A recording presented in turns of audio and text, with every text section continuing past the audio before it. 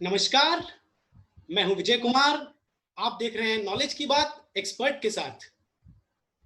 कहते हैं सफलता परिणाम है, दृढ़ निश्चय, संकल्प बल और कुछ कर दिखाने के जुनून का। लेकिन जब ये जुनून जीवन का मकसद बन जाए तो ये उम्र की सारी बेड़ियों को तोड़ देता है और मेहनत, लगन और पुरुषार्थ से हम कुछ ऐसा कर देते हैं कि वो अद्भुत, अविस्मरणीय हो जाता है, जिससे कि वो व्यक्ति आम से खास बन जाता है। आज हमारे साथ ऐसी अद्वितीय प्रतिभा की धनी प्रकृति जैन जी जुड़े हैं। आप civil and judicial magistrate Rajkot में पदस्थ हैं। आपका बहुत बहुत स्वागत है। Thank you. आपने 24 साल की उम्र में सबसे कम उम्र की महिला जज बनने का गौरव हासिल किया। तो चलिए स्वागत करते हैं पर्यावरण प्रेमी, 5 गोल्ड मेडलिस्ट विजेता प्रकृति जैन जी का। पुनः एक बार आपका स्वागत है। आभार। जी, आपके साथ सवालों का सिलसिला शुरू करें उससे पहले सब जानना चाहते हैं कि आप 24 साल की छोटी उम्र में जज बने। ऐसी कौन सी प्रेरणा रही जिसने आपको प्रेरित किया इसके लिए, और आप इसका श्रेय किसे देते हैं? जी, सबको जय जिनेन्द्र, सबको नमस्कार और गुरुदेव को वंदन। मेरा जो भी करियर की शुरुआत हुई, लॉ जैसे ही ऑप्ट किया, तब से मुझे स्वप्न यही था। मैं कोर्ट में जाती थी, जुडिशियल ऑफिसर को देखती थी, उनको देख करके मुझे प्रेरणा मिलती थी कि वहाँ पे रह करके हम न्याय धर्म का निर्वाह कर सकते हैं। तो वो मुझे प्रेरणा देती थी। और एक ऐसा इंसिडेंट कि जिसने मुझे ज़्यादा प्रेरणा दी, वो थी कि जब मेरे फादर भी एडवोकेट हैं, मेरी मदर भी एडवोकेट है और brother high court, Gujarat high court में प्रैक्टिस करते हैं। तो पापा के जो भी मैट्रिमोनियल केसेस, फैमिली कोर्ट में केसेस रहते थे, वो मैं डील करती थी। वहाँ पे मेंटेनेंस के लिए सिर्फ महिलाएं भी नहीं, पर दादा दादी मतलब कि पेरेंट्स, बच्चे, वो सब आते थे मेंटेनेंस के लिए। तो ये एक केस ऐसा था कि जिसमें एक दादा दादी थे, वो अपने बच्चों के पास से मेंटेनेंस के लिए उन्होंने एप्लीकेशन फाइल की थी। हम दादा दादी की तरफ से लड़ रहे थे केस। उनके पास इतने पैसे नहीं होते थे और वो डायबिटिक पेशेंट थे, बीपी होता था, वो उनके पास खाने पीने के भी पैसे नहीं होते थे। और शुरुआत में ही वो केस मुझे डील करने को मिला। तब मुझे समझ में आया कि समाज में ऐसे बहुत सारी चीजें हैं कि अगर आप एडवोकेट हो तो आपको वो लड़ने के लिए तो देते ही हैं, पर अगर आप जुडिशियल ऑफिसर हो तो वहां रह करके आप बहुत अच्छे से काम कर सकते हो। वो दादा दादी को आने जाने के पैसे नहीं होते थे, तो मैं उनको पैसे दे करके, रिक्शा का जो भी भाड़ा होता था वो दे करके, जब वो कोर्ट में पेशी उनकी होती थी तो खिला करके, खाना खिला करके भेजती थी, क्योंकि पूरे दिन का कोर्ट होता था। तो डायबिटिक पेशेंट है वो। तो वो सारी चीजें मुझे लगा कि शायद मैं अगर जज होंगी तो ऐसे केसेस में ज्यादा अच्छे से, ज्यादा स्पीडी निर्वाह कर पाऊंगी और उनको मदद कर पाऊंगी। जी, इस बात को नकारा नहीं और जा सकता। जी जी।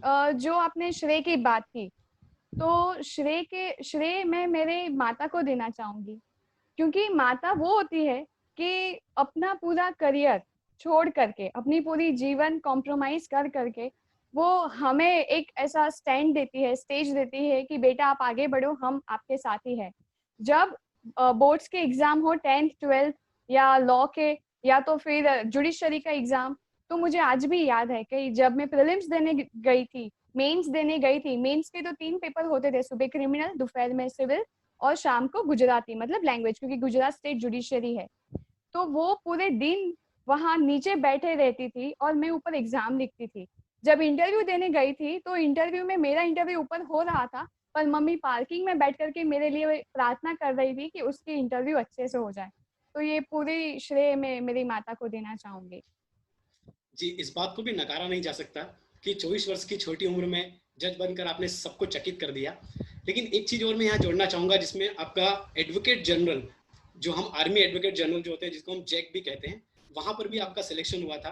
मैं चाहता हूँ कि आप दर्शकों को बताएं उसके बारे में भी। जी।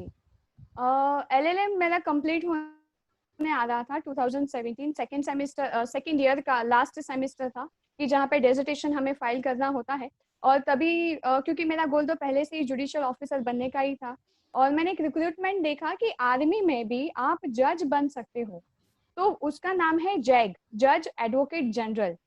कि जिसमें आपको डिफेंस सेक्टर में जा करके जो शायद आपने सुना होगा कि कोर्ट मार्शल प्रोसीडिंग्स होती हैं, तो वो कोर्ट मार्शल प्रोसीडिंग्स में कैसे उनको भी एडवोकेट चाहिए होते हैं, उनके लिए भी एक जज की पैनल होती है, तो उसकी एग्जाम मैंने दी। और भगवान के आशीर्वाद से, गुरुदेव के आशीर्वाद से, माता पिता के आशीर्वाद से उसमें भी सफल रही। जो जैग का उस हिसाब से होता है, वो पूरा साइकोलॉजिकल टेस्ट होता है और उसमें लीडरशिप क्वालिटीज ज्यादा दिखी जाती है। फर्स्ट स्टेज में उसका स्क्रीनिंग होता है, आप डे 1 जाएंगे, आपका वहाँ पे स्क्रीनिंग होगा। वो स्क्रीनिंग में वर्बल, नॉन वर्बल टेस्ट होते हैं। फिर एक पिक्चर परसेप्शन टेस्ट होता है, आपको एक पिक्चर दिखाया जाता है और उसको आपको अपनी स्टोरी बनानी होती है कि वो पिक्चर में क्या कहना चाहते हैं, और उसी बेस पे ग्रुप डिस्कशन होता है। ये स्क्रीनिंग में अगर आपका सिलेक्शन होता है तो आप स्टेज 2 में जाते हो। स्टेज 2 की एग्जाम जो होती है वो 5 दिन की होती है। 5 दिन का बहुत रिगरस टेस्ट होता है कि जिसमें आपकी साइकोलॉजिकल IQ लेवल क्या है, आपकी फिजिकल फिटनेस क्या है, वो सारी चीजें देखी जाती है। फिजिकल फिटनेस में स्टंट्स भी करवाते हैं, शायद आपने फियर फैक्टर भी देखे होंगे। और आपको बहुत सारे वीडियो जो एस्पायरेंट्स है अगर वो देख रहे हैं तो उनको यूट्यूब पे भी जो भी ये फिजिकल टेस्ट होते हैं उनका भी वीडियो मिल जाएगा, तो वो वहां से भी गाइडेंस ले सकते हैं। फिर ग्रुप टास्क भी होता है कि आपको पूरी टीम को ले करके, आप अगर आर्मी ऑफिसर हो, बंदे हो, तो आप पूरी टीम को ले करके कैसे आगे बढ़ेंगे और कैसे जंग जीतेंगे, तो ग्रुप टास्क होते हैं। और सिचुएशंस दी जाती है, आपको एक वर्ड दिया जाता है, वर्ड टेस्ट जिसको बोलते हैं, कि आपको 4 सेकंड के लिए एक वर्ड दिया जाता है और 10 सेकंड में आपको उसके सेंटेंस फ्रेम करना है। तो मतलब आपको हर तरीके से वहां पे नापा जाता है, आपका साइकोलॉजी क्या है, लीडरशिप क्वालिटीज क्या है, तो वो सारी चीजें जैग में देखी जाती है। और लास्ट दिन में इंटरव्यू होता है कि जहाँ पे 20 ऑफिसर्स होते हैं, 20 ऑफिसर्स, आर्मी ऑफिसर्स, और आपको वो पैनल को फेस करना होता है। अगर आप वो क्लियर करते हैं तो आपको रिकमेंडेड कैंडिडेट से डिक्लेयर करते हैं, मतलब आपका सिलेक्शन हो गया है, और सिलेक्टेड कैंडिडेट को वहां पे रिकमेंडेशन बोलते हैं। रिकमेंडेशन होने के बाद आपको मेडिकल टेस्ट देना होता है, और जो कि बहुत रिगरस होता है विजय जी। 10 दिन का मेडिकल टेस्ट होता है, और वो टेस्ट क्लियर करने के बाद, क्योंकि वहां पे वेट, हाइट, आपकी जो भी मतलब पूरा फिजिकल टेस्ट, वो पूरा स्क्रीनिंग होता है। मेरा वेट ज्यादा था, मुझे अभी भी याद है, तो मैंने 1 महीने में 7 से 8 kg रिड्यूस करके दिल्ली में मेडिकल बोर्ड में वापस से रिप्रेजेंटेशन किया था, और फिर मेरा सिलेक्शन हुआ था। प्रेरणा देती है आपकी कहानी। आपने एक बात का जिक्र किया था अपने शो की शुरुआत में कि आप कोर्ट रूम में जाया करते थे, देखते थे कि जज बैठे हैं, अपना जजमेंट सुना रहे हैं, एडवोकेट कुछ आर्ग्यू भी करते थे। जीवन की सबसे बड़ी उपलब्धि जब आप स्वयं जज बन गए, हम उस दिन को आज याद करना चाहेंगे जब आप सबसे पहले कोर्ट रूम में पहुंचे, तो आपका अनुभव कैसा था? ये बहुत अच्छा सवाल है, और ये दिन हर जज के लिए बहुत मेमोरी वाला होता है, क्योंकि फर्स्ट डे आपकी ट्रेनिंग वहां पे होती है। जैसे ही सिलेक्शन होता है, फिर 1 साल की ट्रेनिंग के बाद आपको कोर्ट दी जाती है, और आप उस दिन का राह देख रहे होते हो बेसब्री से कि आपको कब वो डायस मिले, कब वो आप अपनी पेन चला सको। तो वो दिन मुझे आज भी याद है। मेरी माता तो मेरे साथ थी ही उस दिन, जो मुझे कुर्सी पे बिठाने के लिए आई थी, और साथ में मेरे प्रिंसिपल डिस्ट्रिक्ट जज श्री CM भट्ट सर थे, GM पटेल सर थे, और सोनी सर, और स्टाफ के मेंबर्स, जो मुझे फर्स्ट दिन वो चेयर पे, डायस पे बिठाने के लिए आए थे। और जैसे ही बिठाया और बोर्ड देखा मैंने, पहला ही केस आया था जुवेनाइल जस्टिस बोर्ड का, कि जहाँ पे एक बच्चा था, वो मतलब जुवेनाइल ही की कैटेगरी में ही वो आता है, पर फिर भी चार्जशीट में कुछ ऐसे डॉक्यूमेंट्स की वो कमी थी, इसकी वजह से उसे नॉर्मल मतलब एडल्ट ट्रीट करके उसे क्रिमिनल कोर्ट में केस दर्ज किया गया था। पर वही फर्स्ट दिन ही जब मैंने आइडेंटिटी कार्ड मांगा, उसकी एज का वेरिफिकेशन किया, और लगा कि नहीं, ये जुवेनाइल है और उसको जुवेनाइल जस्टिस बोर्ड में उसका केस भेजना चाहिए, तो वो पहले ही दिन ऑर्डर किया था, और वो ऑर्डर और वो केस आज भी मुझे याद है। और उसने, वो बच्चे ने बोला था, क्योंकि वो बच्चा ये जज ये सब नहीं समझता था, उसने बोला कि दीदी थैंक यू सो मच कि आपने मेरा केस इस हिसाब से करा कि जैसे मैं जुवेनाइल जस्टिस बोर्ड में जा करके मुझे जो भी मेरे प्रिविलेजेस है वो मुझे मिलेंगे। चलिए, बहुत ही सही बात आपने कही कि वो अनुभव तो पूरी ज़िंदगी याद रहेगा। आपने बताया कि आज आप जो भी हैं उसका श्रेय आप अपनी माता को देते हैं। हम उन्हें प्रणाम करते हैं, उन्हें नमन करते हैं कि उन्होंने आपको इतने अच्छे संस्कार दिए कि आप आज गुजरात का नाम, पूरे देश का नाम गौरवान्वित कर रहे हैं। दर्शकों, आज हम प्रकृति जैन जी से जानेंगे कि अगर कोई विद्यार्थी जुडिशरी की तैयारी कर रहा है तो उसे उसकी तैयारी कैसे करना है और छोटी उम्र में बड़ा कीर्तिमान कैसे करना है। आज का हमारा शो आपको प्रेरित करता है कि उम्र की कोई बेड़ियां नहीं होती है, उन्हें तोड़ना और जिद करना है और फिर आगे बढ़ना है। तो हम अब एक सवाल लेते हैं आपसे कि जो विद्यार्थी जुडिशरी परीक्षा में सफल होना चाहते हैं, उन्हें उसकी तैयारी किस तरह से करनी चाहिए? जैसे ही आप लॉ ऑप्ट करते हो, आपको पता होता है शुरुआत में, मतलब आपको एक रफ आइडिया होता है कि आपको क्या बनना है। आपको लिटिगेंट मतलब लिटिगेशन साइड आपको जाना है, या मल्टीनेशनल कंपनी में जाना है, या जुडिशरी में जाना है।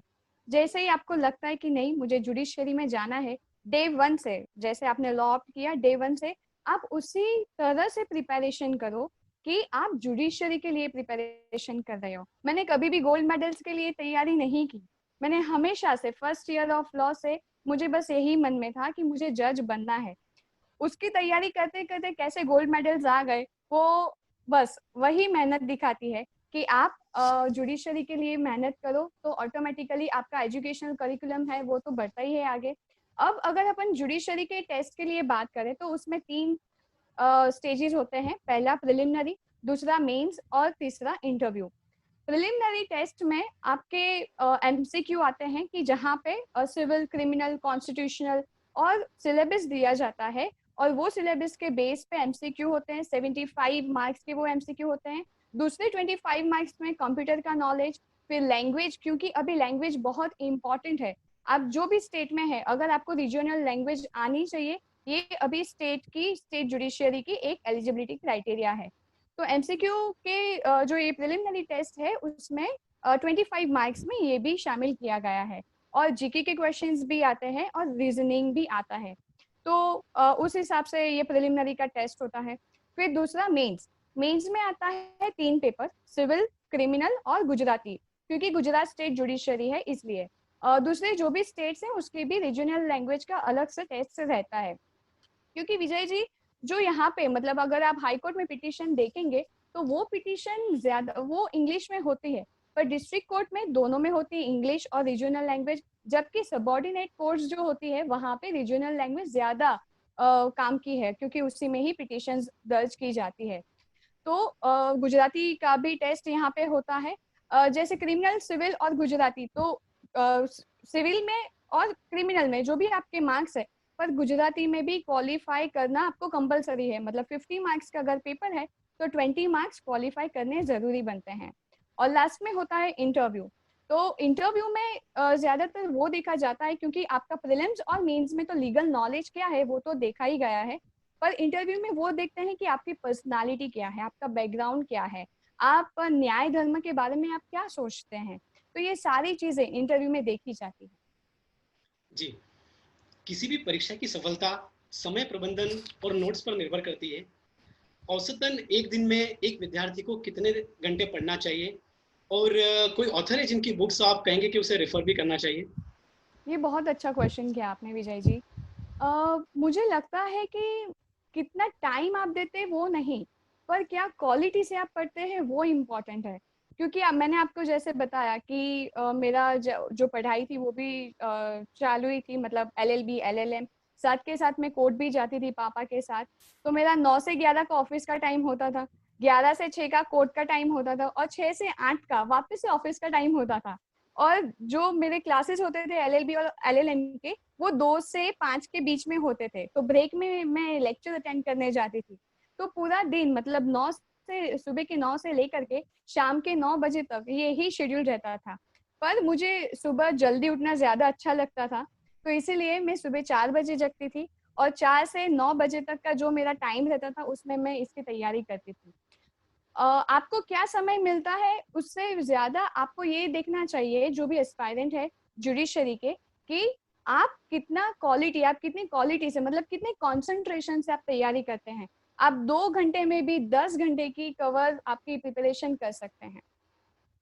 जी, तो नोट्स कैसे बनाने चाहिए? और कोई स्पेसिफिक ऑथर है जिनका आप जिक्र यहाँ करेंगे, उनकी बुक्स रेफर करनी चाहिए?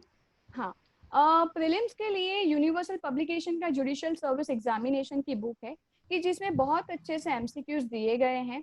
पर मैं सभी एस्पायरेंट्स को बोलना चाहूंगी कि आप प्रीलिम्स के समय पे ही मेंस की तैयारी करें, क्योंकि मेंस को आपको तो वो पूरा सब्जेक्टिव है। अगर आप सब्जेक्टिव प्रिपेयर करोगे तो आपका ऑब्जेक्टिव खुद ब खुद वो हो ही जाना है। तो तब से लेकर के अगर आप मेंस की प्रिपरेशन करते हो तो आपकी प्रीलिम्स की प्रिपरेशन हो ही रही है, और अगर आपके पास शॉर्ट ड्यूरेशन हो तो भी आप मेंस के लिए तैयारी तो आपकी हो ही गई है।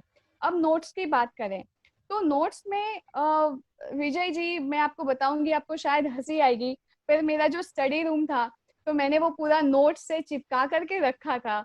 कलर नहीं पता चलती थी कि दीवार की वॉल की कलर कौन सी है, पर वहां पे नोट्स होती थी।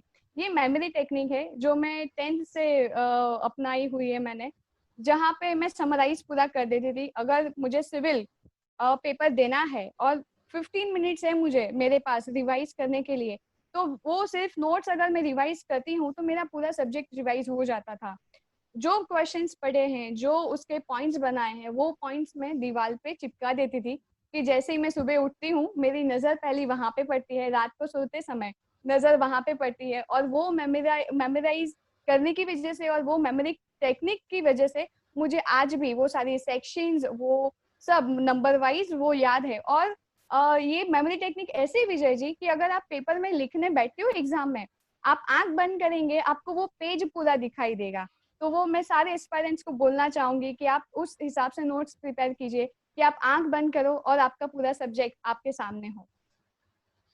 बहुत अच्छी बात कही आपने। मैं भी विद्यार्थियों, जो भी हमारे दर्शक देख रहे हैं और जो विद्यार्थी जुडिशरी की तैयारी कर रहे हैं, उन्हें इस टेक्निक को अपनाना चाहिए। बहुत अच्छी तकनीक है। एक सवाल से मैं आपको यहाँ जोड़ना चाहूंगा कि अगर हम देखें तो पहले जब जज की एग्ज़ाम होती थी तो उसकी न्यूनतम जो उम्र का है वो 23 वर्ष थी जब आपने इसकी एग्ज़ाम दी। लेकिन 2019 में सरकार ने इसमें संशोधन कर दिया और अब ये 21 वर्ष हो गई है। मैं चाहता हूँ कि आप थोड़ा दर्शकों को इसके बारे में भी मार्गदर्शन दें। जी, पहले ये था कि एग्जाम के देने के लिए आपको 3 साल का एक्सपीरियंस चाहिए होता था, जैसे ही आपकी सनद आए, और सनद से लेकर के 3 साल प्रैक्टिस का एक्सपीरियंस जरूरी होता था।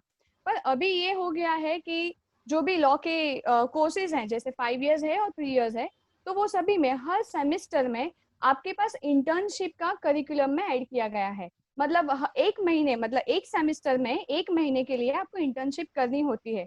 तो वो इंटर्नशिप की वजह से आपको कोर्ट का एक्सपोजर तो मिल ही रहा है, और ये सब कैलकुलेट करके सरकार ने जो एक्सपीरियंस था वो एलिजिबिलिटी क्राइटेरिया निकाल करके जैसे ही सनद आपकी आती है आप सनद के बाद तुरंत एग्जाम दे सकते हैं।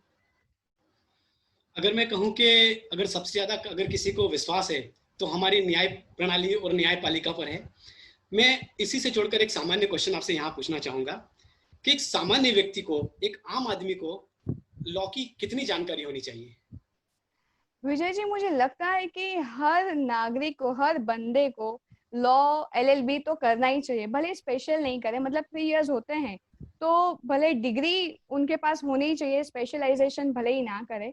क्योंकि लॉ एक बेसिक चीज है कि जहाँ से आपकी शुरुआत, मतलब अगर आप सुबह जागते हो और आप जमीन पे पैर रखते हो, वहां से आपका लॉ शुरू होता है। आप सोते हो तब तक लॉ आपको कवर करता है, आपके राइट्स, आपकी ड्यूटीज, वो सब लॉ प्रोटेक्ट आपको करता है। आपने जहां से जन्म लिया और जहां अंत आएगा, पूरा जीवन हमारा कायदे से ही तो भरा पड़ा है। और सिर्फ उसके अंत के बाद नहीं, अंत के बाद भी आपकी जो भी प्रॉपर्टीज है वो भी तो आपको कायदा ही गवर्न करता है। तो इसलिए मुझे लगता है कि हर एक को लॉ तो करना ही चाहिए, एटलीस्ट डिग्री तो कर ही लेनी चाहिए जो 2 साल की होती है कोई भी ग्रेजुएशन के बाद की। आज आपकी ये बात सुनकर मुझे लगता है काफ़ी लोग मोटिवेट हुए हैं, उन्हें एक मार्गदर्शन मिला है कि हमें कानून की पढ़ाई तो करना ही है। लेकिन कुछ ऐसा भी तबका है समाज का जो अब वो पढ़ाई का, जो हम बोलते हैं कि पढ़ाई से बाहर निकल कर एक ऐसी दुनिया में पहुंच गया है जिसे व्यापार की दुनिया कहते हैं, जिसे बिजनेस की दुनिया कहते हैं। तो विद्यार्थियों के अलावा क्या वे लोग भी कानून की पढ़ाई कोई भी उम्र में कर सकते हैं? बिल्कुल कर सकते हैं। मैं आपको बहुत अच्छी चीज बताती हूँ और हमारे दर्शक हैं उनको भी बहुत अच्छा लगेगा। मेरे साथ 83 years ओल्ड दादाजी थे। वो दादा मेरे साथ लॉ कर रहे थे, आप मानोगे। और उन्होंने LLM भी मेरे साथ किया। जो आपने बोला ना कि आपको आपकी ये तैयारी कैसे होती थी, तो ये दादा मेरे साथ लॉ करते थे क्योंकि उनको एज के हिसाब से उनको डिसेबिलिटी थी, आई साइट में भी और हियरिंग में भी। तो प्रोफेसर्स मेरे साथ कन्वे करवाते थे कि दादा को क्या बोलना है। वो दादा मतलब आप देखिए, वो रिटायर हुए थे रेलवे में से, सिविल इंजीनियर थे, फिर भी उन्होंने 82 ईयर्स से लेके लॉ कंप्लीट किया। उतना ही नहीं, LLB नहीं, LLM भी किया। और अभी दादा का थोड़े दिन पहले फोन आया था कि प्रकृति अगर तू PhD ज्वाइन करने वाली है तो मुझे बताना, मैं भी PhD करूंगा। आपने सच कहा है, ये हमारा शो इसीलिए खास है क्योंकि हम यहाँ पर एक ऐसे ऐसे मुद्दे लाते हैं, ऐसे ऐसे तरीके से सबको जोड़ने की कोशिश करते हैं, समाज एक मुख्य धारा से जुड़ जाता है। एक बहुत बड़ी बात आपने कही कि 82 वर्ष, जीवन के 82 साल, एक ऐसा मोड़, वहां पर भी कोई कानून की पढ़ाई करता है, वहां भी कोई पढ़ाई के लिए प्रेरित होता है और आप उनकी मदद करते हैं, ये बहुत बड़ी बात है। हाल ही में सरकार ने शिक्षा नीति में संशोधन किया। मैं आपसे उसी को जोड़कर एक सवाल पूछना चाहूंगा, जुडिशरी या लॉ के बारे में भी उसमें कुछ है? जुडिशियल लॉ में मतलब स्पेसिफिक उस हिसाब से नहीं है, पर मैं ये शिक्षा नीति को इस हिसाब से देखती हूँ कि 5वीं कक्षा तक जो रीजनल लैंग्वेज कंपल्सरी की गई है वो बहुत अच्छा है विजय जी। क्योंकि अगर आप जुडिशियल ऑफिसर बनते हो, आपको जैसे ही हमने आगे बात की कि जो न्याय याचक है, लिटिगेंट है, उसके लिए ही तो ये सारा तंत्र है ना। हम उस उन्हीं के लिए काम करते हैं, एडवोकेट्स उन्हीं के लिए काम करते हैं। तो उनको उनकी भाषा में न्याय मिलना चाहिए, उनको उनकी भाषा में समझ में आना चाहिए कि उनके वकील ने क्या लिखा है और जिस जज के सामने उनका केस गया है तो वो केस में उनका क्या हुआ है। तो इसलिए भाषा बहुत महत्व की है इस चीज में, उसका जो फैक्टर है वो बहुत इंपॉर्टेंट है। तो जैसे इस शिक्षा नीति में ये 5वीं कक्षा तक का जो कंपल्सरी किया गया है, तो उससे मुझे लगता है कि जुडिशरी में ये बहुत इंपॉर्टेंट चीज होने वाली है। क्योंकि उसके बाद जो रीजनल लैंग्वेज की हमने टेस्ट की बात की कि गुजरात में 50 मार्क्स का गुजराती का पेपर होता है, तो वो पेपर की शायद जरूरत ना पड़े क्योंकि 50 मार्क का जो पेपर है वो 5वीं कक्षा तक तो आप गुजराती पढ़े हुए हो यहाँ पे। तो वो मुझे अच्छा लगा कि शिक्षा नीति में रीजनल लैंग्वेज है। देखिए, इंग्लिश तो है ही इम्पोर्टेंट क्योंकि हमें दुनिया के साथ कनेक्टेड रहना है, पर हमारी मातृभाषा को तो हम नहीं भूल सकेंगे ना। हमारी मातृभाषा है जिसपे हम सोचते हैं, हम अपने स्वप्न देखते हैं, तो उसी में हमारी ज्यादा समझ होती है। इसलिए मैं इसको बहुत इंपॉर्टेंट मानती हूँ कि शिक्षा नीति में ये जो चेंज हुए ये जुडिशियरी में भी बहुत अच्छी इम्पैक्ट देने वाले हैं। हाल ही में सुनने में आया कि यूपीएससी एग्जाम की तर्ज पर सरकार नेशनल जुडिशरी एग्जाम के बारे में भी सोच रही है। जी, नेशनल पहले तो ये स्टेट जुडिशियल एग्जामिनेशंस होते हैं अलग अलग स्टेट के और ऑनरेबल हाई कोर्ट के हिसाब से वो होते हैं। पर अभी जैसे यूपीएससी होती है वैसे ही ऑल इंडिया जुडिशियल एग्जामिनेशन के बारे में सोचा जा रहा है और एक ड्राफ्ट बिल भी बनाया है। पर उसमें और भी रिसर्च करना अभी बाकी है, क्योंकि अगर यूपीएससी में ये होता है कि आईएएस ऑफिसर है, आईपीएस ऑफिसर है, उनको ऑल इंडिया में ट्रांसफर होती है और वो लैंग्वेज, क्योंकि उनको डायरेक्टली पब्लिक से नहीं पर एडमिनिस्ट्रेशन से उनको डील करना होता है। पर जबकि जुडिशियल ऑफिसर होते हैं उन्हें लिटिगेंट, जो जैसे कि अगर कोई डिस्ट्रिक्ट है, कोई तालुका है, तो तालुका से भी तो वो लोग आएंगे कि जिनको उनकी भाषा में आपको समझाना है, तो यहाँ पे भी वो लैंग्वेज बैरियर आता है। इसलिए ऑल इंडिया जुडिशियल एग्जामिनेशन है उस पर अभी विचार किया जा रहा है कि वो किस हिसाब से होगा और रीजनल लैंग्वेज में कौन से स्टेट में किस हिसाब से तय किया जाएगा। तो उसमें ऑनरेबल हाई कोर्ट्स और ऑनरेबल सुप्रीम कोर्ट इसमें विचारणा अभी भी कर रहे हैं। तो जो विद्यार्थी इसकी तैयारी कर रहे हैं उन्हें इसका किस तरह से फायदा होगा? मुझे लगता है कि 5 इयर्स अभी जो 5 इयर्स का लॉ है, करिकुलम है, तो उससे बहुत सारे लॉ के बच्चे आ रहे हैं आगे और वहाँ पे टैलेंट भी बहुत है। 3 इयर्स में बहुत टैलेंट है। ऑल इंडिया अगर जुडिशियल एग्जामिनेशन होता है तो वो पूरा एक प्लेटफॉर्म बनने वाला है। तो जो कंपटीशन लेवल है वो और बढ़ेगा, जिससे हमारी जुडिशरी की जो और क्वालिटी है, नॉलेज का जो है, वो और अब जा सकता है। तो ये चीज भी बहुत इंपॉर्टेंट है कि अगर हो सके तो ऑल इंडिया जुडिशियल एग्जामिनेशन हो सकती है और वो फेवरेबल भी है। पर जैसे हर कॉइन के दो साइड तो होते हैं, मेरिट डीमेरिट। तो सरकार और जुडिशियल, क्योंकि जुडिशरी एक ऐसी चीज है जो इंडिपेंडेंट है, आज भी वो इंडिपेंडेंट है, जिसपे किसी का इन्फ्लुएंस नहीं होता है, क्योंकि उसकी खुद की चयन विधि होती है।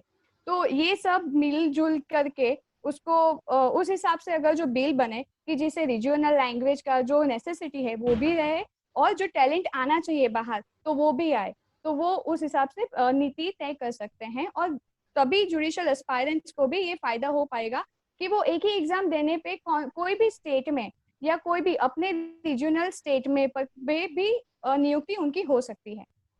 जी, चलिए एक बार कोर्ट रूम में चलते हैं फिर से। अगर कोर्ट रूम की बात करें तो एडवोकेट एक पहलू पर बात करते हैं, जज दोनों पहलुओं को सुनते हैं, समझते हैं और फिर उस पर फैसला देते हैं।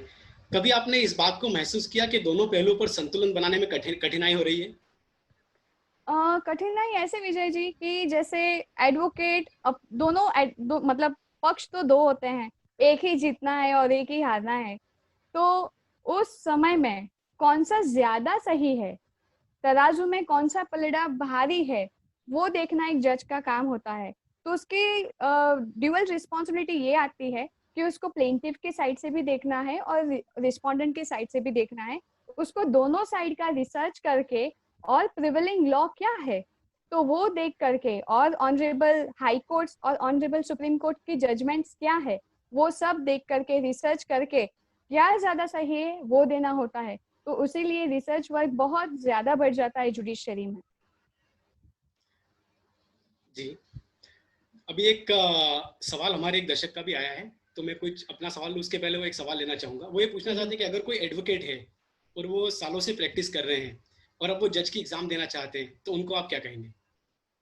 बिल्कुल उनको जुडिशरी में आना चाहिए, और अगर आपको लगता है कि आप वहां से न्याय धर्म का निर्वाह कर सकते हैं तो जुडिशरी आपके लिए है। क्योंकि एडवोकेट आप हैं, इतने साल से प्रैक्टिस कर रहे हैं, तो आपके पास अच्छा एक्सपीरियंस है और तरह तरह के लिटिगेशंस आपने देखे होते हैं, और एक्सपीरियंस के बाद अगर आप जुडिशरी में आते हो तो आपके लिए और भी, क्योंकि आपने प्रैक्टिकल तो देखा ही होता है, बस आपको अब नजरिया थोड़ा सा उस हिसाब से चेंज करना है कि सिर्फ आपको आरोपी ही नहीं पर या प्लेंटिफ या डिफेंडेंट ही नहीं, पर आपको दोनों साइड के सोच करके आपको जुडिशरी में आना है, तो वो आप अवश्य उसके लिए प्रयत्न कर सकते हैं।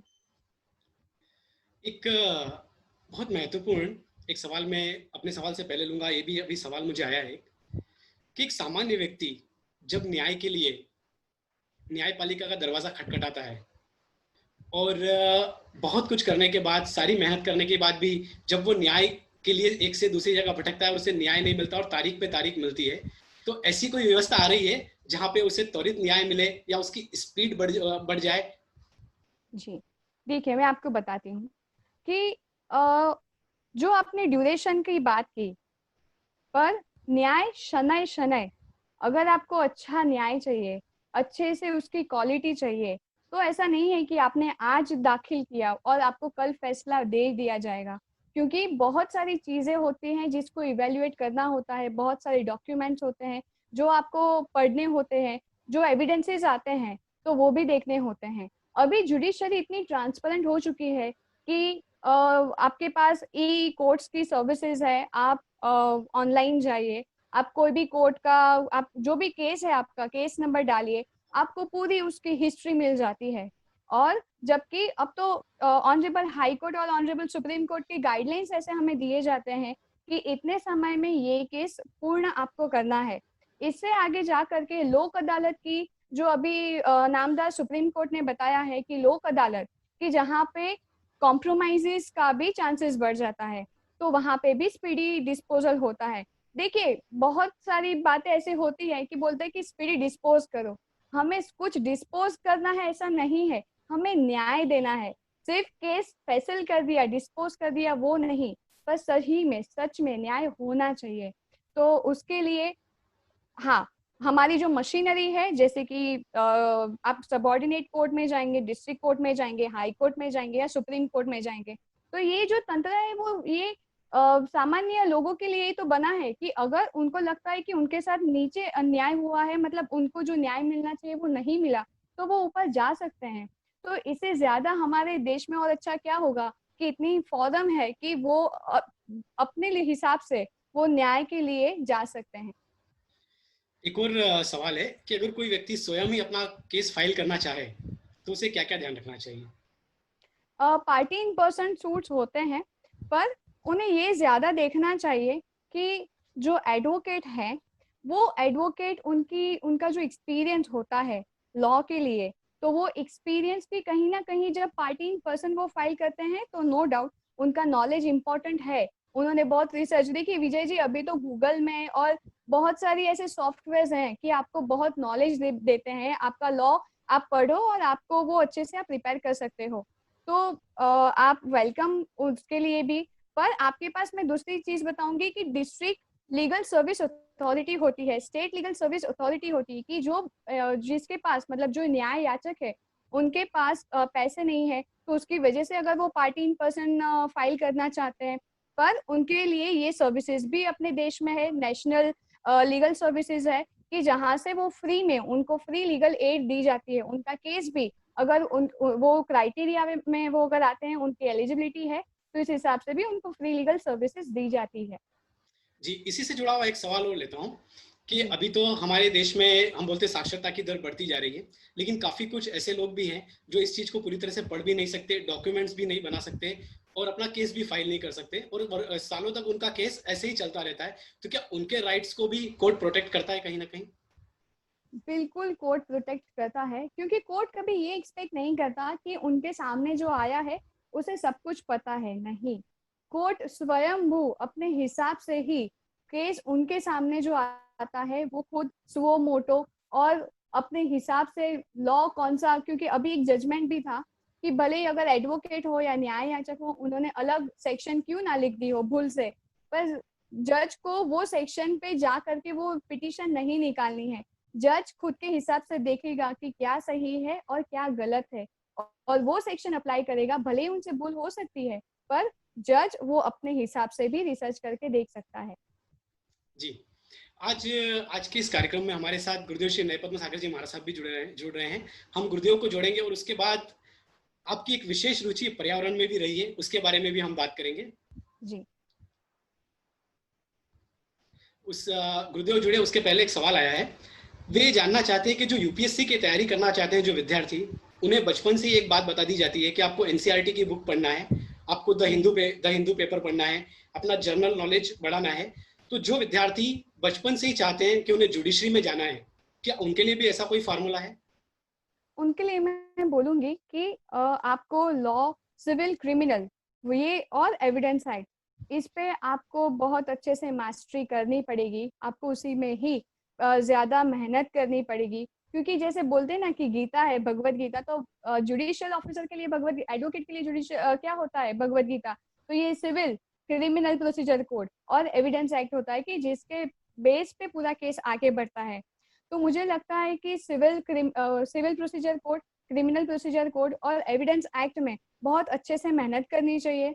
दूसरी बात कि जो भी नए नए जजमेंट्स आते हैं ऑनरेबल सुप्रीम कोर्ट और ऑनरेबल हाई कोर्ट के, तो उसमें बहुत अच्छे से गाइडलाइंस दी जाती है कि जिससे आपका लीगल नॉलेज है, लीगल एक्यूमेन है, आपका जो पर्सपेक्टिव है वो चेंज होता है, वो आपका इम्प्रूव होता है। तो जो भी अमेंडमेंट्स है, अमेंडमेंट्स आपको ज्यादा ध्यान में देने चाहिए, और जो जजमेंट्स आते हैं वो भी आपको पढ़ने चाहिए। तो उससे आपका एक पर्सपेक्टिव और ब्रॉड होगा। जी, मैं टीम को बोलूँगा वो गुरुदेव को कनेक्ट कर रहे हैं। जी मैं आपको एक और सवाल पूछना चाहूँगा कि आपने जैसे बताया कि लॉ की पढ़ाई कोई भी उम्र में की जा सकती है, चाहे वो छोटे व्यवसायी हो, बड़े बिजनेसमैन हो, कोई भी इस पढ़ाई को कोई भी उम्र में कर सकता है। इसी से जुड़ा हुआ एक सवाल आया है कि जो लोग रेगुलर कॉलेज में नहीं जा सकते, क्या कोई ऐसी संस्थान भी है जहाँ से वो करस्पॉन्डेंस करके इस पढ़ाई को कर सकते हैं?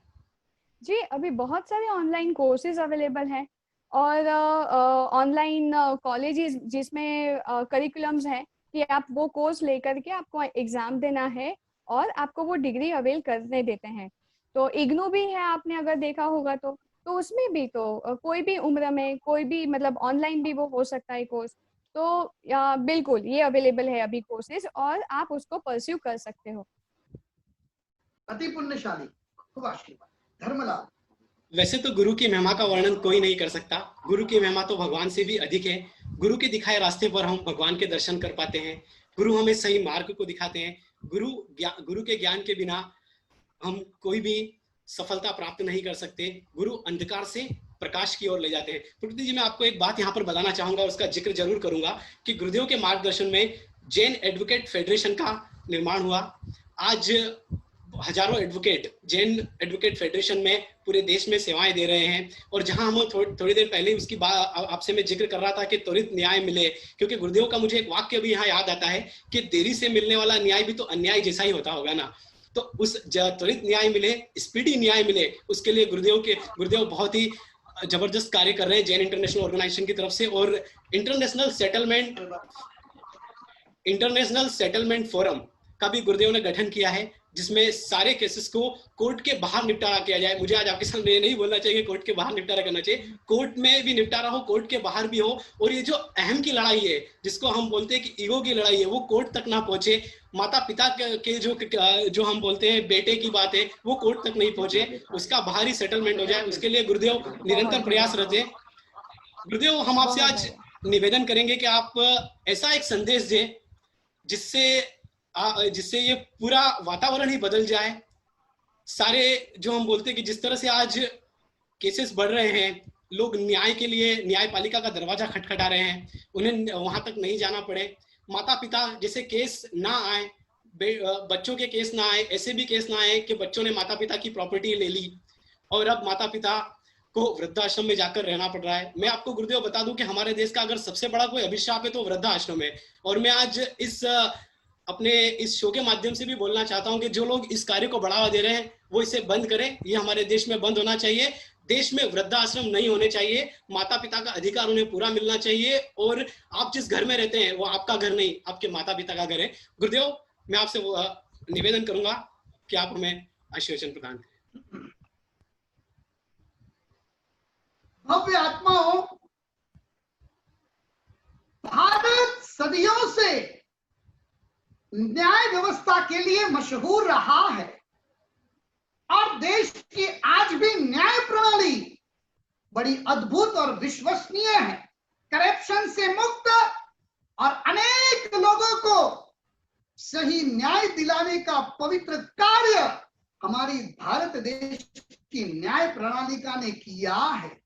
आज बहुत सारे केस इस देश के अंदर उपस्थित है और बात सही है, अन्याय करना ये गुनाह होता है, लेकिन देरी से किया हुआ न्याय वह भी अन्याय है।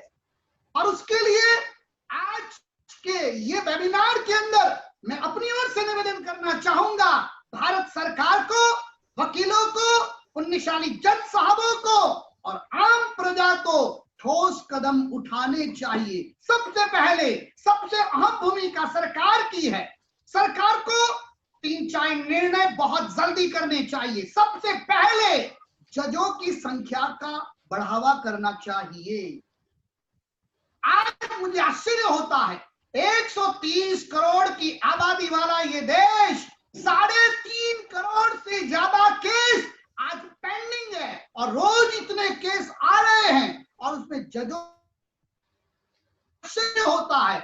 कोर्ट में पिछले साल पुण्यशाली मोदी जी ने मेहनत करके 4 जज की संख्या को बढ़ाया, कितने वर्षों बाद। और ये तो चारों मेट्रोपॉलिटन सिटी या चारों दिशाओं के अंदर सुप्रीम कोर्ट की एक शाखा होनी चाहिए। और आज जो 34 जज सुप्रीम कोर्ट में हैं, ये 34 जज की जगह पर संख्या मिनिमम 108 की होनी चाहिए। साथ साथ हाई कोर्ट के अंदर आज जितनी संख्या निर्धारित है उसमें हाई कोर्ट में 36% जजेस की जगह खाली पड़ी है। क्यों? कौन पूछने वाला है?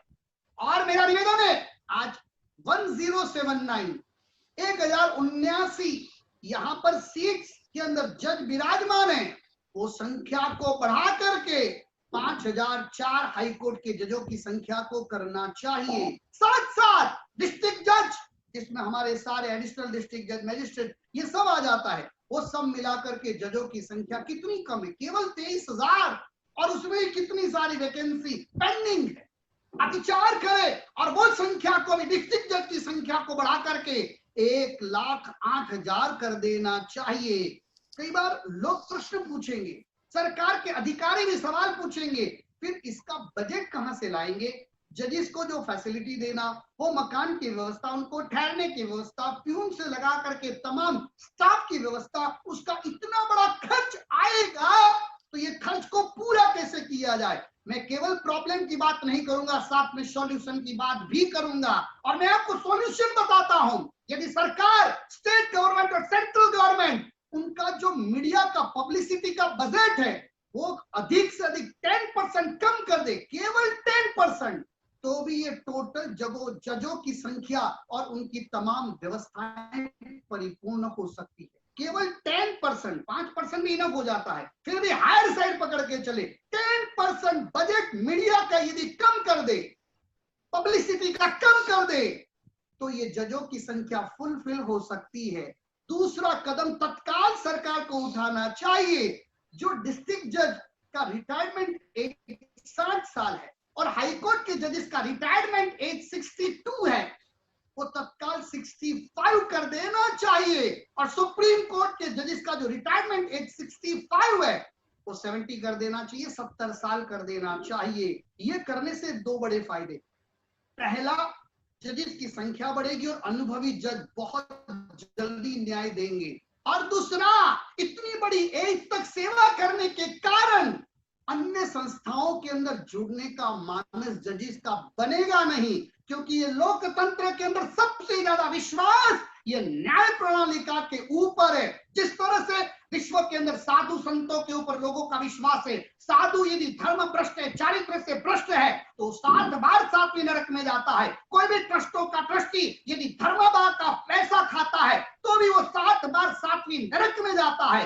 वैसे ही यदि न्याय तंत्र में या सरकारी तंत्र में या पॉलिटिक्स के अंदर बैठा हुआ व्यक्ति यदि भ्रष्टाचार करता है तो उस आत्मा को भी अवश्य 7 बार 7वीं नरक में जाना पड़ता है। ये कुदरत का शाश्वत नियम है, उसको कोई मिटा नहीं सकता। और इसीलिए जजेस की एज के बारे में सरकार बहुत जल्दी निर्णय करे। और मुझे विश्वास है मोदी जी के नेतृत्व में ये सरकार अद्भुत कार्य कर रही है और ये अवश्य जल्दी होगा।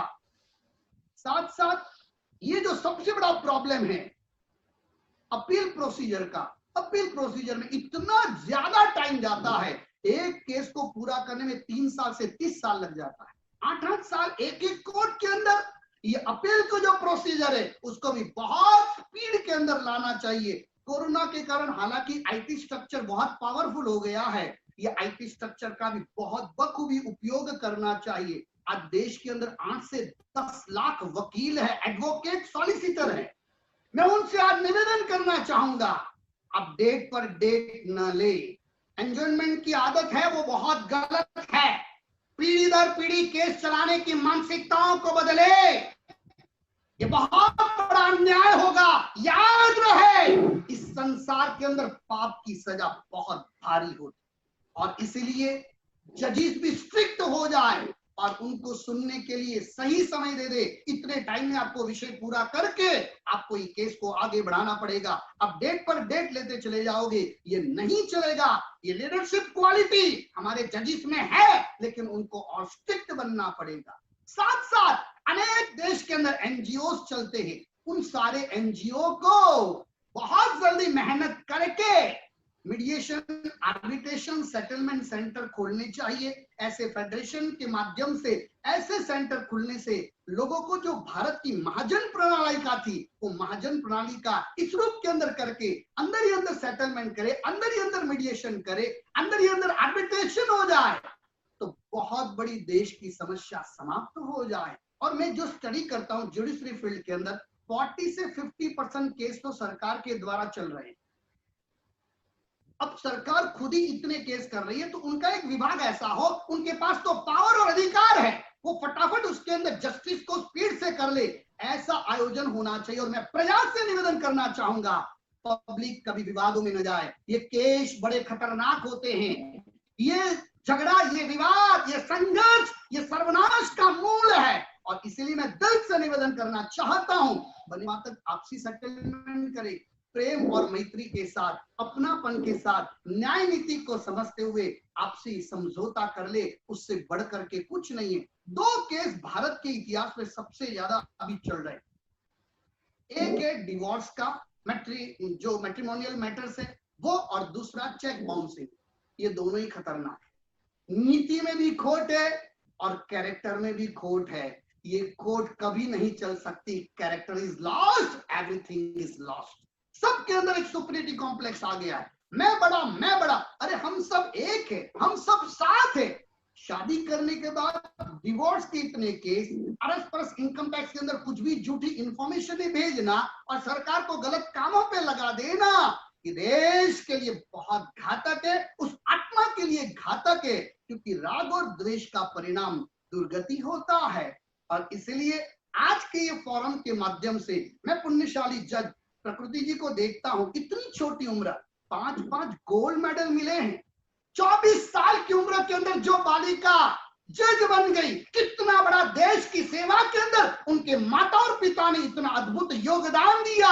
मैं आज इस फोरम के माध्यम से सारे देश के युवक युवतियों को निवेदन करना चाहता हूं, आपके परिवार के अंदर शायद कोई सेवाभावी व्यक्ति या मुमुक्षु आत्मा या डॉक्टर सीए या अन्य कोई होगा या ना होगा, आपकी सुरक्षा के लिए घर में एक वकील अवश्य बनाना। घर में एक एलएलबी करने वाला व्यक्ति होना चाहिए। यदि लॉ किया होगा तो सुरक्षित रहेंगे, और लॉ किया हुआ व्यक्ति जज भी बन सकता है। उनको संभावनाएं, 21 साल की उम्र हो, आपका ग्रेजुएशन हो चुका हो, आपने लॉ किया हो, तो आप भी तो जज बन सकते हैं। और आगे फिर रास्ते बहुत है। एडिशनल डिस्ट्रिक्ट जज, हाई कोर्ट, सुप्रीम कोर्ट। देश के अंदर सबसे प्रतिष्ठित स्थान कोई है, रिस्पेक्ट वाला कोई स्थान है, तो वो जज साहब का है। और ये छोटी छोटी उम्र के अंदर ये बालक बालिका इतना अधिकार है, और ये इतने संस्कारी, इतने कल्चर्ड है। जियो के माध्यम से जुडिशरी ट्रेनिंग चल रही है। हमारे विदुषी आर्य साध्वी जी, मैना श्रीनिवास साहब काफी बालिकाओं को जज और आईएएस बनाने के लिए जबरदस्त मेहनत कर रहे हैं। और आप प्रकृति जी को आपके सामने देखते हैं, एकदम परफेक्ट एग्जाम्पल है। इतनी भाविक बालिका जज बनकर के क्या अद्भुत न्याय करती है। इतनी छोटी बालिका के अंदर अपने को भी हो जाए। परिवार की बालिका, भारतीय संस्कृति की एक अद्भुत संस्कारी बालिका क्या अद्भुत न्याय व्यवस्था को न्याय दे रही है। तो मैं आप निवेदन करना चाहूंगा, आपके बच्चों को एलएलबी अवश्य करवाइए, कुछ भी पढ़ाई करे, लेकिन लॉ पढ़ाना है और पढ़ाना है। तो ये लॉ पढ़ाने के बाद अद्भुत कार्य होगा। जुडिशरी के अंदर ज्यादा से ज्यादा संख्या बढ़े, सरकार भी इस विषय पर कार्य करे, और हमारी ओर से भी, सारे एनजीओ की ओर से भी इतनी शुभकामनाएं हैं, हमारा आशीर्वाद है। प्रकृति जी को देख करके आज तमाम युवक युवतियां जो आज इस सेमिनार के अंदर उपस्थित है, आप लोग अपने परिवार के अंदर एक नक्की करो, हमारे घर में से एक जज होना चाहिए। न्याय क्या है, प्रजा का दर्द क्या है, परिवार की पीड़ाएं क्या है, माता पिता की क्या हालत होती है, ये सारे विषय एक जज जो समझ सकता है, परिवार और समाज का दर्द पहचानने का अवसर यानी जज बनना है। गुरुजनों के बाद इस विश्व के अंदर सेवा का सही फैसला करने का अवसर यदि किसी को मिलता है तो पुण्यशाली जज साहबों को मिलता है। और इसलिए आज जितने भी हमारे देश के अंदर जज रिटायर्ड हो चुके और वर्तमान जज के रूप में सेवाएं दे रहे हैं, उनका परमात्मा की कृपा से अद्भुत अनुमोदन है, उनको बहुत साधुवाद है। और आज की फोरम से तमाम जज साहबों को, सारे धर्म और जाति के जज साहबों को मैं दिल से आशीर्वाद देता हूं। आप लोगों के माता पिता का नाम रोशन किया है, परिवार का नाम रोशन किया है, और आज भारत के अंदर जो न्याय प्रणालिका के ऊपर लोगों का विश्वास है, वो आप लोगों की सेवा, निष्प्रहिता और आपके समर्पण की बदौलत है। आप लोगों ने यहाँ बैठ करके बहुत बड़ा त्याग किया है, आपके त्याग को नमन है, आपकी प्रजा के सेवा की भावना को नमन है। और इतना अधिकार और इतना पावर होने के बावजूद अब जिस प्रकार के निष्प्रिय व्यक्तित्व को लेकर के चलते हैं, देश के तमाम जज साहबों की आज मैं दिल से अनुमोदना करता हूं, उनको हृदय से बहुत बहुत आशीर्वाद देता हूं। आपके माध्यम से प्रजा खूब सुखी रहे, प्रजा के अंदर प्रेम और मैत्री रहे, और देश के अंदर क्राइम से लगा करके जो भी प्रॉब्लम्स है वो आप सभी के पुरुषार्थ से जल्दी समाप्त हो। ऐसा हृदय से मेरा आज बहुत बहुत आशीर्वाद। नमस्ते। गुरुदेव, आपने बहुत सही कहा। आपका संदेश समाज में जरूर बड़ा बदलाव लेकर आएगा। और एक बात दर्शकों में यहाँ जरूर जिक्र करूंगा जो गुरुजी ने कही है कि हर परिवार में एक एडवोकेट जरूर होना चाहिए। एडवोकेट अगर होगा तो मुझे लगता है कि जज साहिबा से भी मैं पूछूंगा बाद में कि वो अपने आप केसेस भी कम होंगे, क्योंकि एक जज अगर घर में एडवोकेट है तो वो समझ जाएगा कि न्याय प्रणाली कैसी है, हमें कहाँ कोई गलती तो नहीं कर रही है। और परिवार का अगर कोई व्यक्ति भटक भी जाएगा तो उसको रास्ते पर एडवोकेट जरूर ले आएगा। तो गुरुदेव, मैं आपसे एक सवाल लूंगा, उससे पहले मैं आपकी आज्ञा चाहूंगा जज साहिबा से एक सवाल लूं। और आपको मैं बताऊं आज कि हमारी जज साहिबा पर्यावरण के प्रति बहुत रुचि रखती है। उन्होंने पर्यावरण के सुधार में अथक प्रयास किए हैं। कोरोना के कारण पर्यावरण में अकल्पनीय बदलाव देखा गया, वातावरण में सुधार भी हुआ। अब इस संवर्धन की दिशा में कार्य करना चाहिए। पर्यावरण संरक्षण के लिए हमारे पास कौन कौन से कानून है? देखिए Vijay ji, environmental protection act है, air pollution, water pollution act है, और क्रिमिनल प्रोसीजर कोड में भी सेक्शन 133 की जहाँ पे कंडीशनल ऑर्डर किया जा सकता है न्यूसेंस और पर्यावरण को कैसे बचाया जाए, तो वो सारे लॉज हमारे पास प्रिविलिंग है अभी कंट्री में। दूसरा, नेशनल ग्रीन ट्रिब्यूनल है कि जहाँ पे ऐसे एनवायरमेंटल केसेस होते हैं वो सारे फाइल किए जाते हैं नेशनल लेवल पे। दूसरा, स्टेट लेवल पे भी ट्रिब्यूनल्स की गई है जो नेशनल ग्रीन ट्रिब्यूनल के तहत आती है। और हमारे पास पॉल्यूशन कंट्रोल बोर्ड भी है कि जो जांचता है, नापता है कि कौन सी कंपनी कितना एयर पॉल्यूशन या कितना वाटर पॉल्यूशन करती है। उस हिसाब से उन पे फाइन भी लगाए जाते हैं, उन पे कंट्रोल भी किया जाता है, उनको लाइसेंसिंग किया जाता है। तो ये सारे लॉज हैं कि जिसकी वजह से हम अपने एनवायरनमेंट को, अपने पर्यावरण को कैसे सुरक्षित रख सके, वो लॉज हमारे कंट्री में अभी भी प्रिवेलिंग है। चलिए, इसी से जोड़कर मैं आपसे एक चीज और जानना चाहूंगा कि अगर आपको अवसर मिले कि आपको पर्यावरण संरक्षण के लिए ज्यादा से ज्यादा लोगों को जागरूक बनाना है, तो ऐसी कौन सी 3 चीजें हैं जिन्हें आप करना चाहेंगी? बहुत अच्छा प्रश्न पूछा है। मेरे मन में हमेशा से ही ये था कि अगर पर्यावरण को हमें बचाना है और हमारी जो पीढ़ी मतलब जो जनरेशन, नेक्स्ट जनरेशन आएगी, तो वो हमें अच्छे से याद करे। मतलब ऐसा नहीं बोले कि आपने ये पर्यावरण का क्या किया, हमारे लिए भी तो कुछ छोड़ देते। तो वो नेक्स्ट जनरेशन के लिए, जिसको हम सस्टेनेबल डेवलपमेंट बोलते हैं, उसके लिए मैं 3 ये प्लेटफॉर्म से गुरुदेव की निश्रा में बताना चाहूंगी कि पहला है रेन वाटर हार्वेस्टिंग सिस्टम।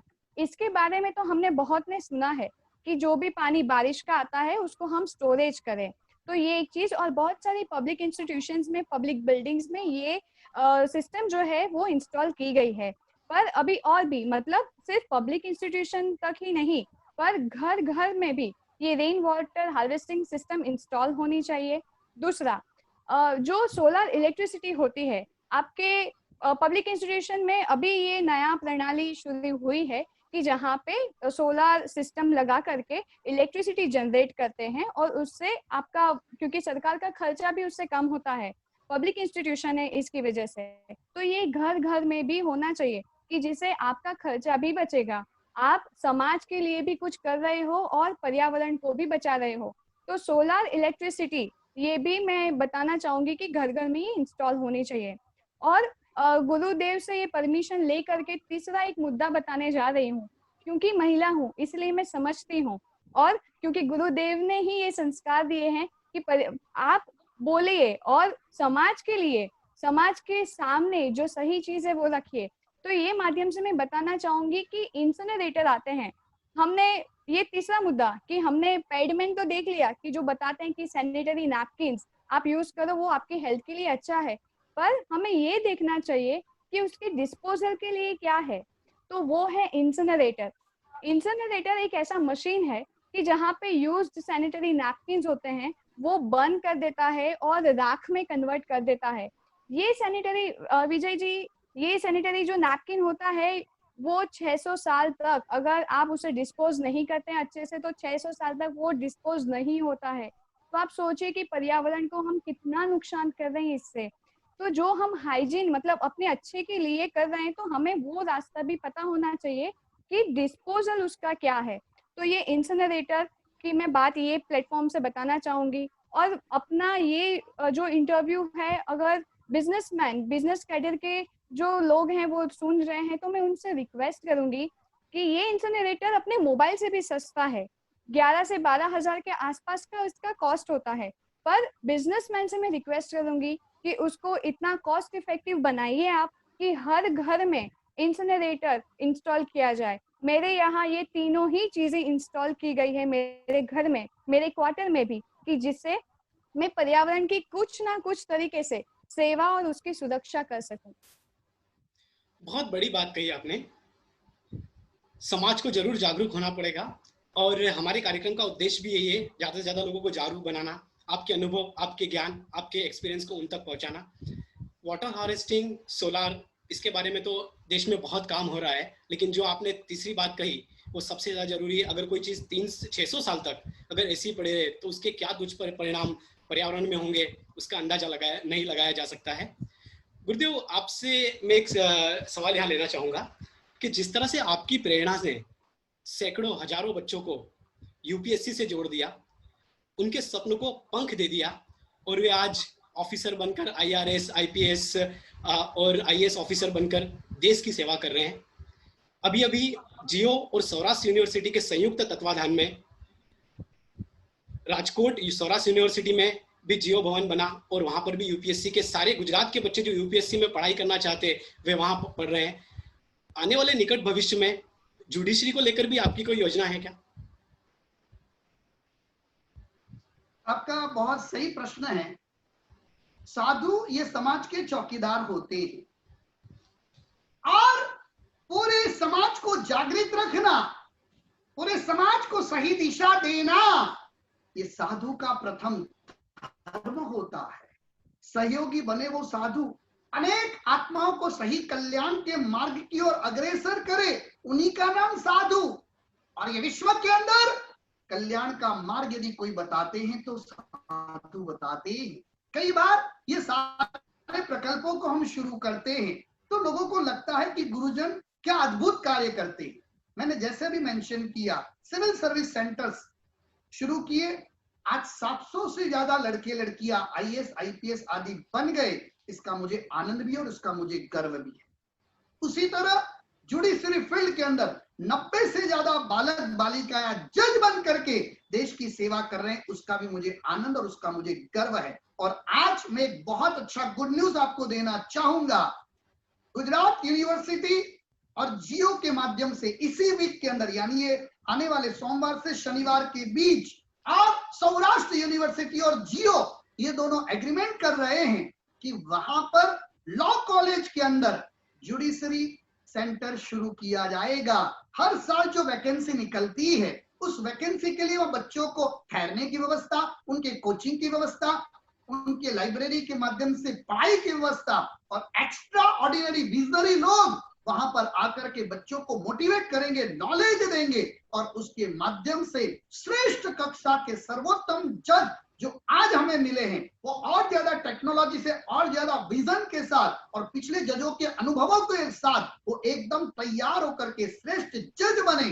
तो अगले वीक के अंदर राजकोट और अहमदाबाद के अंदर ये सिग्नेचर यानी एग्रीमेंट साइन होने जा रहा है। और हर साल ऐसी भगवान की कृपा रही तो ये सारे सेंटरों के माध्यम से मिनिमम 50 जज बने, वैसा पुरुषार्थ करने की हमारी भावना है। क्योंकि साधु है, सभी धर्म और जाति के लिए हम होते हैं। मैं कई बार लोगों को कहता हूं, हम जैनों के तो साधु है, हिंदुओं के सन्यासी है, मुसलमानों के हम फकीर है और क्रिश्चियनों के पादरी है। हम सबके हैं, सब हमारे हैं और सभी को जोड़ना ये साधु का धर्म होता है। सारी प्रजा, सारे जीव मात्र शिवमस्तु सर्व जगत, हमारी भारतीय संस्कृति कहती है वसुधैव कुटुंबकम। तो ये सारा विश्व हमारा परिवार है और उसमें श्रेष्ठ व्यक्तित्व को चुन करके देश की और विश्व की सेवा के अंदर आगे बढ़ाना ये साधु का प्रथम धर्म होता है।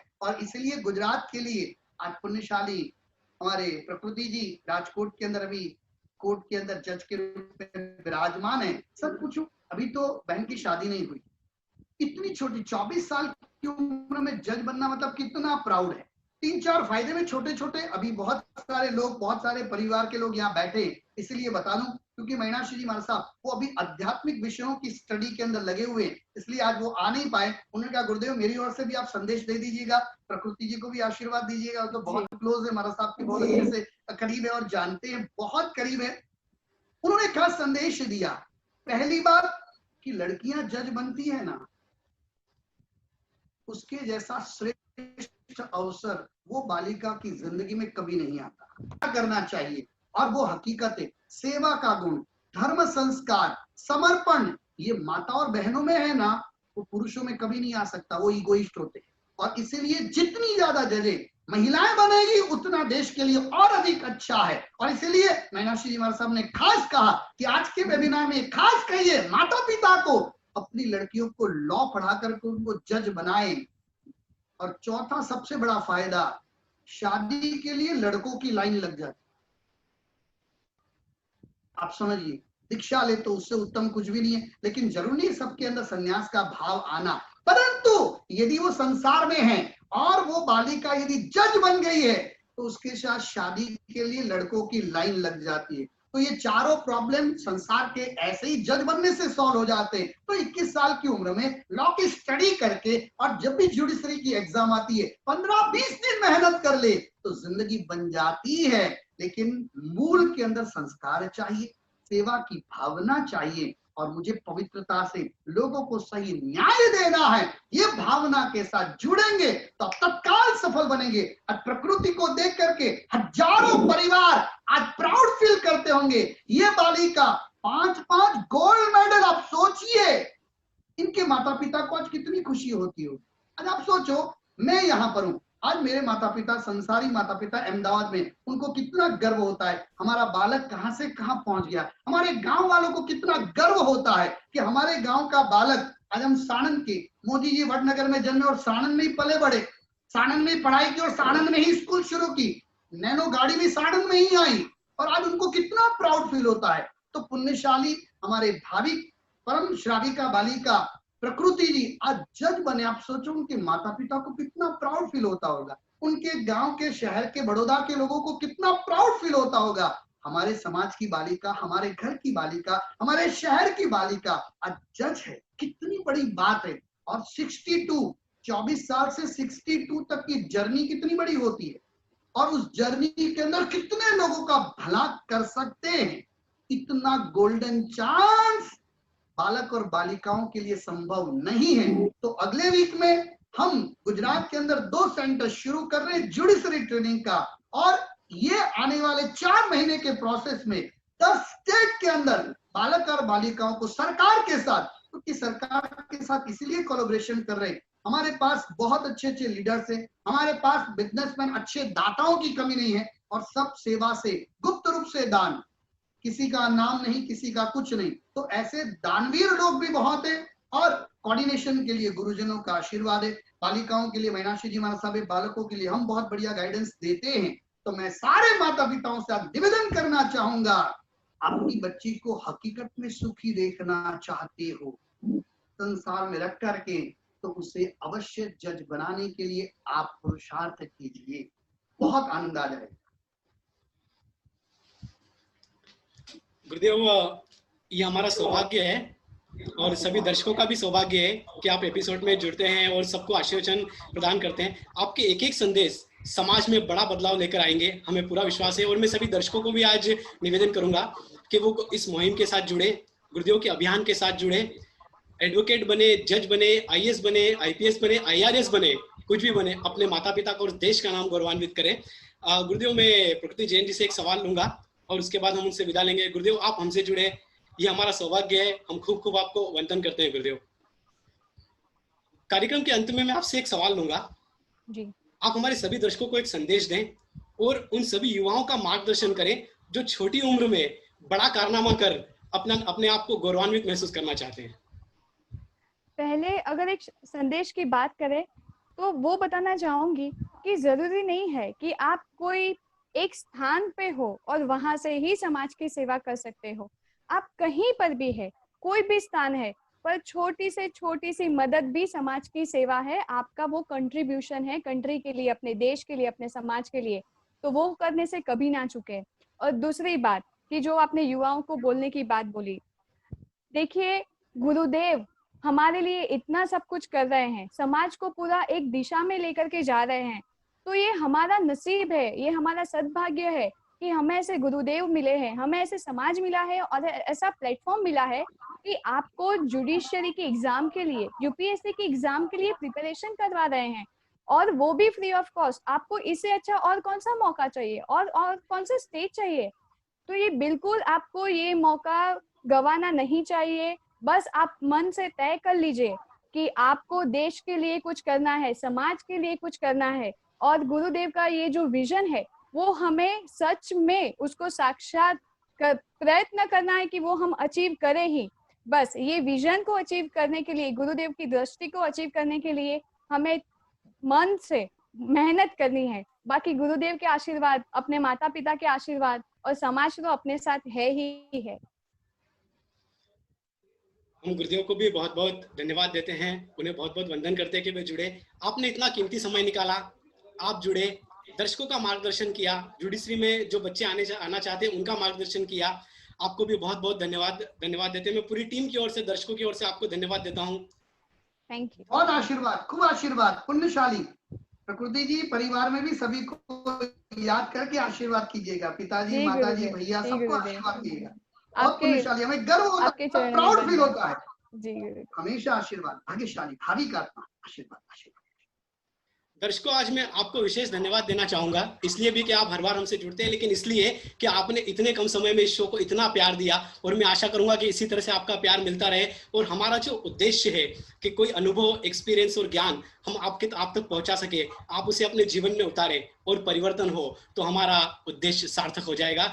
मैं आप सबसे पुनः कहूंगा, अच्छी पढ़ाई करें, जज बने, आईएएस बने, आईपीएस बने, देश का नाम गौरवान्वित करें, और सबसे बड़ी बात कि उपयोगी बने। उपयोगी बनना बहुत आवश्यक है। जज बने, कुछ भी बने, पर उपयोगी जरूर बने समाज के लिए। बहुत बहुत धन्यवाद। स्वस्थ रहें, सतर्क रहें और देखते रहें ज्ञानवर्धक शो, जिसका नाम है नॉलेज की बात एक्सपर्ट के साथ। बहुत बहुत धन्यवाद।